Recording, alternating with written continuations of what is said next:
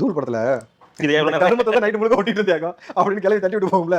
அந்த மாதிரி இவனுக்கு புதுசா இதை பெருசா கண்டுபிடிச்ச மாதிரியும் முட்டாள்தனத்தோட உச்சம் அது வந்து கிட்டத்தட்ட பாத்தீங்கன்னா படம் சென்சாருக்கு போன பிறகு இங்க ஷூட்டிங் நடந்தா சொல்றேன் சொன்ன முண்டகளப்ப ஷூட்டிங் எடுத்துக்கான ஆதாரம் இருக்கணும்ல. இங்க ஒரு கேமரா இருக்கணும், டேரக்டர் இருக்கணும், இந்த பக்கம் அசைன் பண்ணிக்கணும், நடிகர் இருக்கான்னு சொன்னா நடிகர் எல்லாம் இருக்காங்கன்னு சொன்னல. ஏதாவது ஒரு ஃபுட்டேஜ் ஆட தெரியாதவங்க மேல போகணும்னு சொல்லுவாங்கல்ல. அந்த மாதிரி இந்த முண்டகளப்பங்களுக்கு ஒழுங்கா ஆட்சி செய்ய தெரியலன்னு சொல்லி மக்கள் திட்டுறாங்க. நான் அப்படி சொல்லல. மக்கள் முழுக்க காரி துப்புறாங்க. அப்போ ஆட்சியில ஒன்றும் வக்கலானாங்க என்ன பண்ணுதுங்க, இந்த பக்கம் வந்து இப்படி ஒரு நரேட்டிவ் செட் பண்ணி இவங்களா அஜெண்டா செட் பண்ணி நமக்கு மைண்ட் செட் கொண்டு வராங்களாமா. நீங்க அங்க போனா துணை முதலமைச்சர் ஆயிரலாம், உங்களுக்கு வந்து எதிர்க்கட்சி ஆகலாம் அப்படின்ற மாதிரி இவங்க நிறைய செட் பண்ணி இதை நம்ம வந்து விழுந்து நெக்ஸ்ட் ஒரு கற்பனை செட் பண்ணாங்க. அப்படி ஓகே ஆனே பாங்க நான் சொன்னமா விஜய் வந்து பிஜேபி பிடிஎம் சொன்னமா அவர் தான் அவங்க தான் உருவாக்குறாங்கன்னு சொன்னமா உண்மையாச்சான்னு சொல்லி அதை வச்சு சிறுபான்மை ஓட்டு எல்லா ஓட்டையும் திருடலாம் நினைச்சாங்க. அது அங்க வேலைக்கு ஆகாதுன்னு தெரிஞ்சிருச்சா. வேலைக்கு ஆகாது தெரிஞ்சோன்னே என்ன ஆகும், எப்பயுமே இவ்வளவு விட்டு மானகட்ட முட்டாப்பையில இவ்வளவு நிறுவனத்தை வச்சு பேச வச்சு இவங்க செருப்பு கட்டி அடிப்பாங்கன்னு தெரிஞ்சோன்னே இதை பத்தி பேசக்கூடாது. அடுத்த நரேட்டிவ் ஷூட்டிங் நடந்துச்சு, ஃபுட்டேஜ் டெலிட் பண்ணாங்க, கேமரா எடுத்தாங்க, அதை எடுத்தாங்க. அதுக்கு ஆதாரங்கடா எதுவுமே கிடையாது. ஒரு எப்படி ஒரு கல்யாணம் ஆகாத ஒரு பிள்ளை வந்து மொத்தமா வயிற்றுக்குள்ள துணியை வச்சு மாசமா இருக்கு அப்படின்னு சொல்லிட்டு 9 மாசம் கதை ஓட்டுமா, 10ஆவது மாசம் என்ன கரு கழிச்சிருமா, 10ஆவது மாசத்துல வந்து எப்படி கேள்வி இருக்குல்ல, அதெல்லாம் செய்ய மாட்டாங்க அந்த குரூப்.